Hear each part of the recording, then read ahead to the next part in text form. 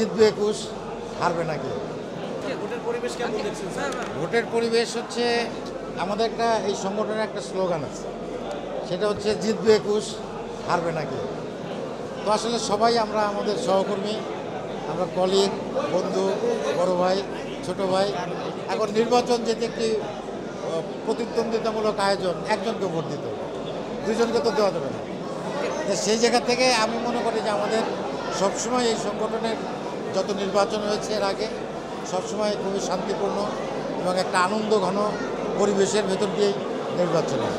তো এবারও আশা করি সেই পরিবেশ অব্যাহত আছে এবং বিকেল পর্যন্ত একদম রেজাল্ট হওয়া পর্যন্ত সেই পরিবেশ থাকবে এবং আমরা খুবই আনন্দ ঘন পরিবেশে সবার সাথে মিলেমিশে ভোটের এই উৎসবটাকে উদযাপন করি।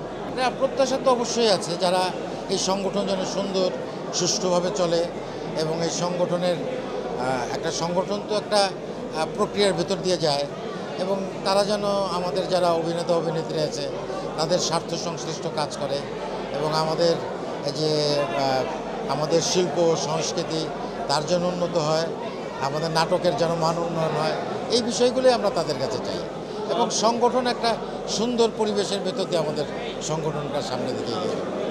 এইটা অনেক দীর্ঘ আলাপ, এই আলাপ এখন করা যাবে না। হ্যাঁ, এটা বললাম তো যে আমাদের সংগঠনটা যেন একটা সুন্দর সংগঠন হয়, সবার স্বার্থ যেন সংশ্লিষ্ট।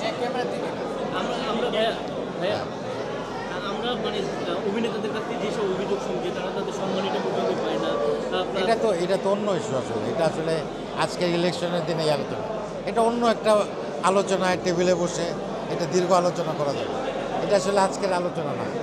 তো আজকে এটাই শেষ কথা যে আমাদের পরিবেশটা অত্যন্ত সুন্দর আছে, আমরা খুব শান্তিপূর্ণভাবে, সে তাদের কাছে তো প্রত্যাশা আছে, সেই প্রত্যাশাই আছে যে যারা নির্বাচিত হয়ে আসবে তারাও আমাদের সংগঠনের জন্য কাজ করবে, যারা নির্বাচিত হবে না তারাও এই সংগঠনের সঙ্গে থাকবে, সংগঠনের ভালো মন্দ তারাও তুলে ধরবে, তাদেরও কথা বলবে।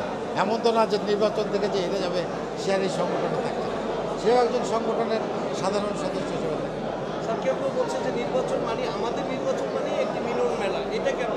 হ্যাঁ, অবশ্যই আমরা তো সবসময় এটাকে উৎসবে উৎসব হিসেবে উদযাপন করি।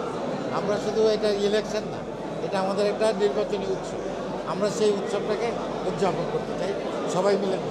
ধন্যবাদ।